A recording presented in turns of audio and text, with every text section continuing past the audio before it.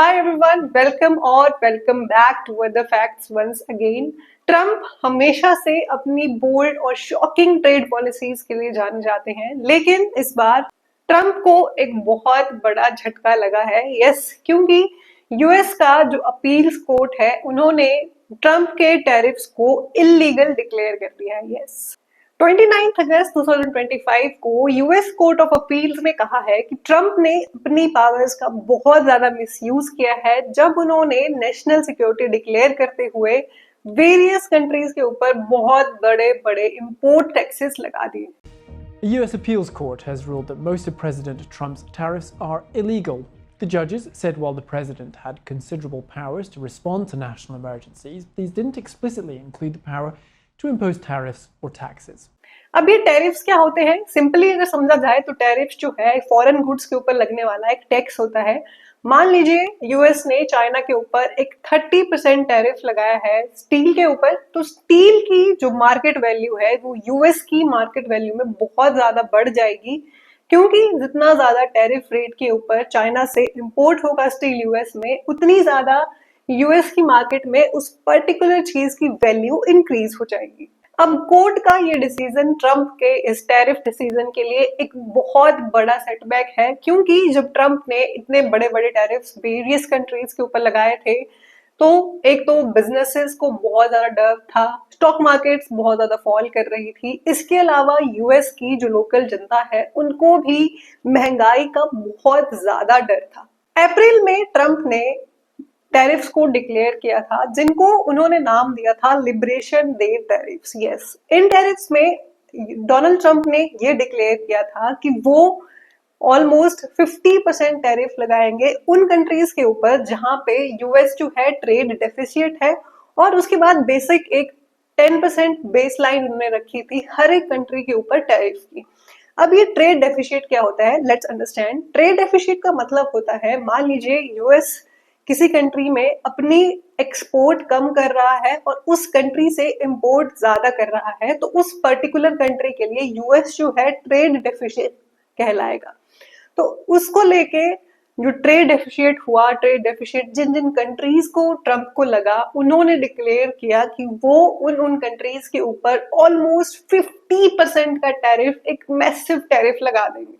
Trump के इस massive tariff से बचने के लिए बहुत सारी कंट्रीज ने बहुत सारी डील्स भी कर ली थी ट्रम्प के साथ, for example UK, Japan, EU, ताकि बड़े टैरिफ से बच सके वो सारी कंट्रीज। लेकिन इसके अलावा कुछ ऐसी कंट्रीज भी थी जिन्होंने ट्रम्प के इस डिसीजन को नहीं एक्सेप्ट किया, फॉर एग्जांपल लाओस, अल्जीरिया, और इन कंट्रीज के ऊपर ट्रम्प ने डायरेक्ट 30 to 40% का टैरिफ लगा दिया था। ट्रम्प ने इस टैरिफ की जस्टिफिकेशन में ये कहा कि ये एक ट्रेड नेशनल इमरजेंसी है, और जिसको जस्टिफाई करने के लिए उन्होंने 1977 के एक लॉ का यूज किया।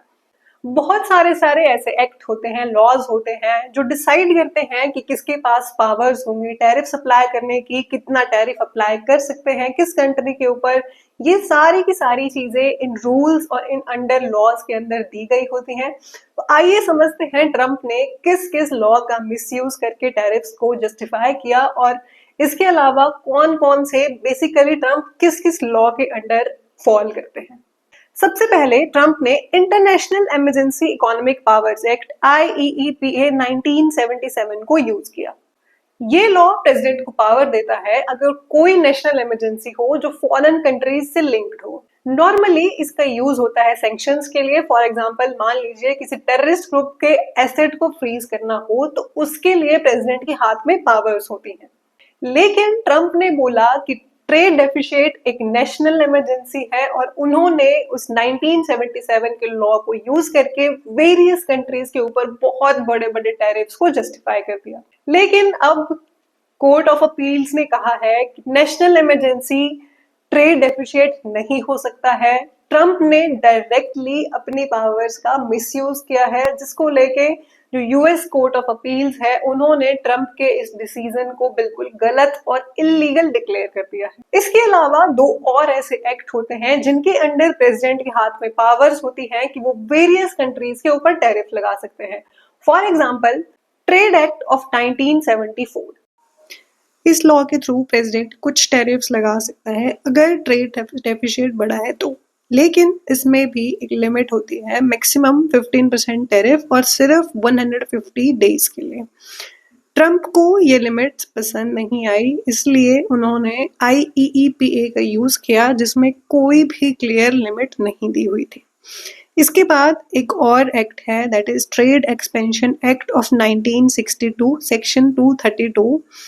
ये लॉ बोलता है अगर इंपोर्ट्स नेशनल सिक्योरिटी को थ्रेट बन रहे हैं तो प्रेसिडेंट टैरिफ्स लगा सकते हैं।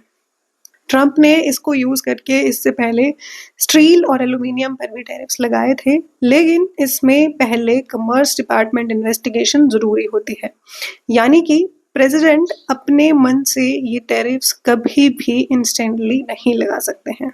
Now the question is, court ने ट्रंप के टैरिफ्स को इलीगल डिक्लेयर क्यों किया? बेसिकली यूएस कॉन्स्टिट्यूशन क्लियरली कहता है कि टैक्सेस और टैरिफ डिसाइड करने की पावर कांग्रेस के पास है, ना कि प्रेसिडेंट के पास। कांग्रेस ने हाँ कुछ इमरजेंसी में पावर्स प्रेसिडेंट को दी होती हैं, लेकिन अनलिमिटेड पावर्स नहीं दी होती हैं जैसे डोनाल्ड ट्रंप यूज कर रहे हैं। ट्रंप का क्लेम है कि ट्रेड डेफिसिट एक नेशनल इमरजेंसी है और इस नेशनल इमरजेंसी को लेके जो ट्रंप ने अपनी ये एक्सक्यूज दिया है टैरिफ्स के ऊपर, जजेस को वो बिल्कुल भी कन्विंस नहीं कर पाया। इसीलिए कोर्ट ने बोला है कि प्रेसिडेंट के पास अनलिमिटेड टैरिफ पावर देना कांग्रेस का इंटेंशन कभी भी नहीं था और हम इसे इलीगल डिक्लेयर करते हैं। अब इन सब के बीच में एक बहुत बड़ा फाइनेंशियल एंगल भी है। ट्रंप के टैरिफ्स ने जुलाई 2025 तक जितना भी पैसा कलेक्ट किया है, ऑलमोस्ट $159 बिलियन, जो पिछले साल से भी डबल था। अगर कोर्ट ने इन टैरिफ्स को फुली कैंसिल कर दिया तो यूएस को ये पैसा वापस करना पड़ सकता है उन सारे बिजनेसेस को जिन्हें एक्स्ट्रा टैक्स देना पड़ा था। मतलब बिलियंस ऑफ डॉलर्स का रिफंड जो है वो यूएस ट्रेजरी के लिए एक बड़ा फाइनेंशियल ब्लो होगा। ट्रंप का ट्रेड स्टाइल हमेशा अग्रेसिव रहा है, डील करो वरना टैरिफ भुगतो। यूके, जापान, EU ने डील्स कर भी लिए, लेकिन लाओस और अल्जीरिया ऐसी कंट्रीज हैं जिन्होंने टैरिफ डील करने के लिए मना कर दिया था और उन्हें डायरेक्टली 30 to 40% का टैरिफ झेलना पड़ा था। अब कोर्ट के डिसीजन के बाद फॉरेन कंट्री सोचेंगे कि ट्रंप के पास अब वो अनलिमिटेड पावर्स नहीं है, यानी कि ट्रंप का जो सबसे बड़ा नेगोशिएशन वेपन था वो वीक हो चुका है। टैरिफ्स अभी भी एक्टिव हैं क्योंकि कोर्ट ने ट्रंप को सुप्रीम कोर्ट में अपील करने का टाइम दिया है।